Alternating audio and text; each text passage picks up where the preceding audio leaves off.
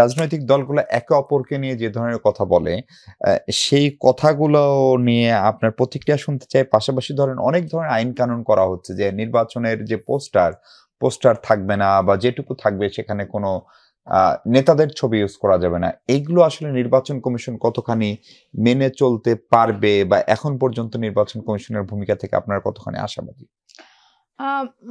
এই পোস্টারের ছবি যেটা তো ওনাদের নিয়মেই আসলে আছে যে দলের একদম প্রধান ছাড়া অন্য কারো ছবি থাকতে পারবে না।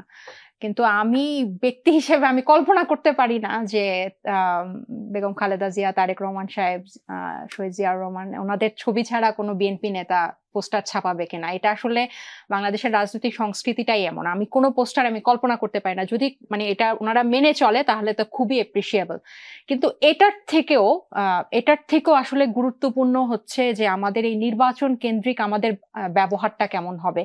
কারণ আমরা যখন অন্য দলের সমালোচনা করি বা ক্রিটিক করি, সেটা কিন্তু কোনো একটা স্পেসিফিক কারণ ধরেই হয়, যে কারণটা কিন্তু অনেক সময় নিজের স্বার্থের সাথে যায় না, কিন্তু দেশের জন্য ভালো হয়। আবার অনেক সময় যেটা হয় যে দলীয় স্বার্থটাকে আমরা নিজেদের স্বার্থ, মানে আমি এটা নিয়ে ডিবেট করছি কারণ এটা আমার জন্য জরুরি, আবার অন্যকে আমি ছোট দেখাচ্ছি কারণ আমাকে এটাতে জিততে হবে। তো এই ধরনের মনোভাবটা আমার মনে হয় গণ অভ্যুত্থানের পরে, যেহেতু আমরা সবাই একসাথে ছিলাম, ঠিক তার পরপর নির্বাচনে যতটুকু পরিহার করা যায় যারা দায়িত্বশীল আছে ততটুকু ভালো বলে আমি মনে করি দেশের জন্য।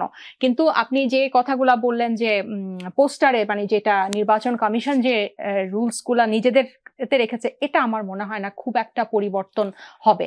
এবং এই নির্বাচন ঘিরে যে একটা শঙ্কা, পেশি শক্তি বলেন বা আধিপত্য বিস্তার বলেন, এবং এই যে খুনের, এটা আপনি দেখেন এখন যেভাবে প্রকাশ্যে বন্দুক নিয়ে এই ঢুকে গুলি করে মারছে, এবং একজন আদালত প্রাঙ্গণে একজন, সে যত বড়ই সন্ত্রাসী হোক, তাকে যেভাবে খুন, ভেরি অ্যালার্মিং যেভাবে এটা শুরু হয়েছে। এবং নির্বাচনকে কেন্দ্র করে এটা যে আরো বাড়বে না।